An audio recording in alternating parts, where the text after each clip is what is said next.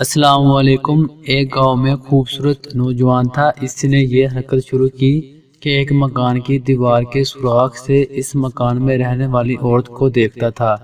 اس عورت نے اپنے شوہر کو بتایا کہ یہ نوجوان لڑکا بہت دیر تک اس سوراخ سے دیکھتا ہے۔ اس نے میرا آرام حرام کر دیا ہے۔ یہاں کوئی نہیں ہوتا، دیکھنے والا یہی سمجھے گا کہ میں اس سے باتیں کیا کرتی ہوں۔ میری سمجھ میں نہیں آتا کہ میں کیا کروں۔ آپ ہی بتا دیں کہ اس مشکل سے کیسے چھٹکارا حاصل کیا جا سکتا ہے۔ اس کے شوہر نے کہا، جیسے میں کہتا ہوں ویسے کرو، اس کے بعد وہ تمہیں تنگ نہیں کر سکے گا۔ اس کی بیوی نے حامی بھری۔ شوہر نے کہا، تم اس کے نام ایک خط لکھو جس کا مضمون یہ ہو کہ روزانہ باہر کھڑے ہو کر دیکھنا بیکار بات ہے۔ جب عشاء کی نماز کے بعد اچھی طرح اندھیرا ہو جائے اور لوگ سو کر غافل ہو جائیں تو تم گھر میں آ جانا، میں دروازے کے پیچھے ہوں گی۔ چنانچہ اس کے بعد شوہر نے ایک گہرا گڑھا کھودا اور اس کے انتظار میں کھڑا ہو گیا۔ ادھر اس نوجوان نے خط پڑھا اور وہ رات کا انتظار کرنے لگا، اور جب سب لوگ سو گئے پھر وہ نوجوان لڑکا آیا اور دروازہ کھولا اور اندر داخل ہوا۔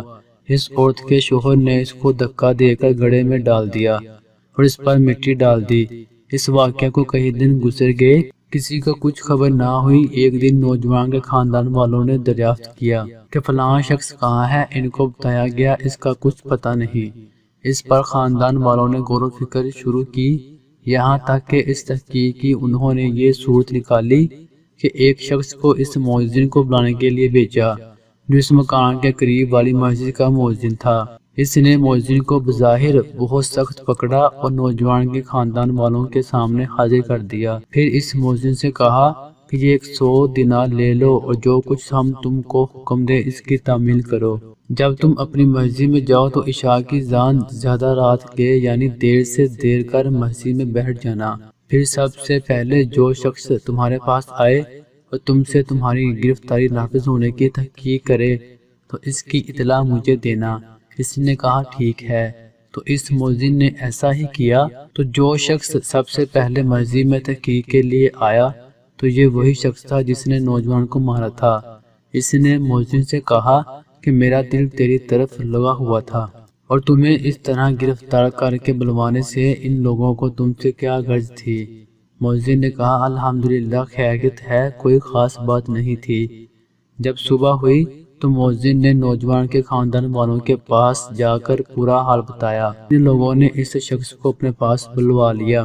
جب وہ آیا تو اس سے پوچھا، نوجوان کا کیا معاملہ ہے، بیان کرو۔ اس نے کہا، میں آپ سے بالکل سچی بات کہتا ہوں، میری بیوی بہت پردہ دار اور پاک دامن ہے۔ یہ شخص گھات لگائے ہوئے اس کو دیکھتا تھا اور پریشان کرتا تھا، اور میری بیوی بدنامی کے خوف سے اس شخص کے کھڑے رہنے سے پریشان ہو گئی، تو میں نے اس کے ساتھ ایسا معاملہ کیا اور پوری تفصیل بتا دی۔